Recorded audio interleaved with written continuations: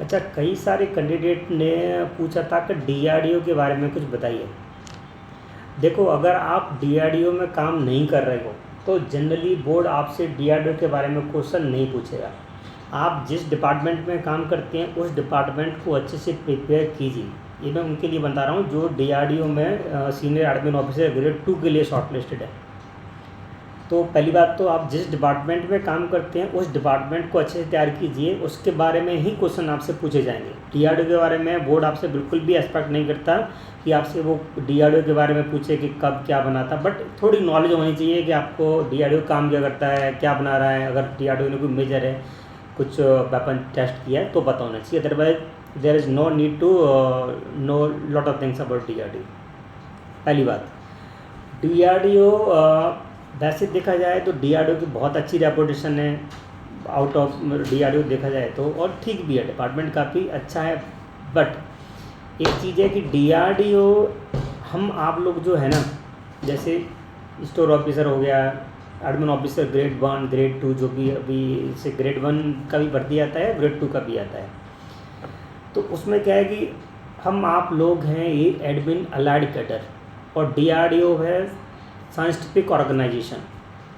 तो आपको डिपेंड करेगा ये कि लैब टू लैब आपकी किस लैब में पोस्टिंग है। जैसे कुछ लैब हैं डीआरडीओ की जहाँ पे एडमिन अलाइड्स को उतनी सारी चीज़ें जो आप एक्सपेक्ट कर रहे हैं वो नहीं मिलती हैं। मेरा इशारा समझिए उस चीज़ को, वो नहीं मिलेगी आपको, है ना।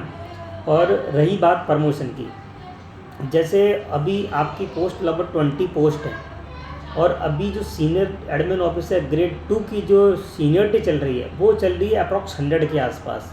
और अभी दिसंबर में लगभग 60 के आसपास कैंडिडेट और प्रमोट होने वाले हैं। दिसंबर में 1 दिसंबर से उनका पैनल, 1 जनवरी से उनका पैनल इफेक्टिव हो जाएगा।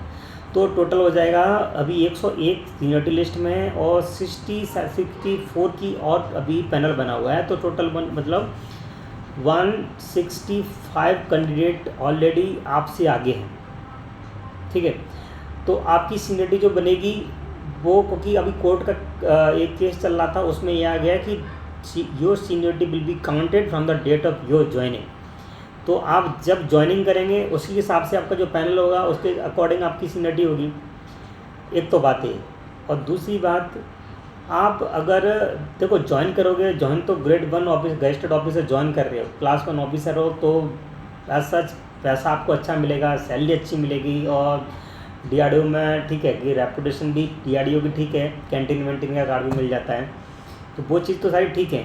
बट आगे कैरियर में अगर देखा जाए तो कैरियर में प्रमोशन आपके लिए 3 है अभी फ़िलहाल देखा जाए तो। ग्रेड 1 बनोगे आप, 5 साल का रेजिडेंशियल पीरियड है, तो 6 साल लग जाएंगे आराम से, 6 साल में 6 या 7 साल लग जाएंगे, फर्स्ट आपको प्रमोशन मिल जाएगा। दूसरा प्रमोशन चीफ एडमिन ऑफिसर होता है, उसमें स्टैग्नेशन है, क्योंकि ऑलरेडी जो यूपीएससी कैंडिडेट आए हैं दे आर वेरी यंग, तो उनका अभी वो कहीं नहीं जाने वाले भी। उसके बाद आता है जेडी जॉइंट डायरेक्टर लेवल 13, उसके लिए भी बहुत टाइम है, क्योंकि ये आप ग्रेड 1 लेवल 11 12 13 ये 3 प्रमोशन हैं आपकी अभी के हिसाब से देखा जाए तो ये तो रही प्रमोशन की बात।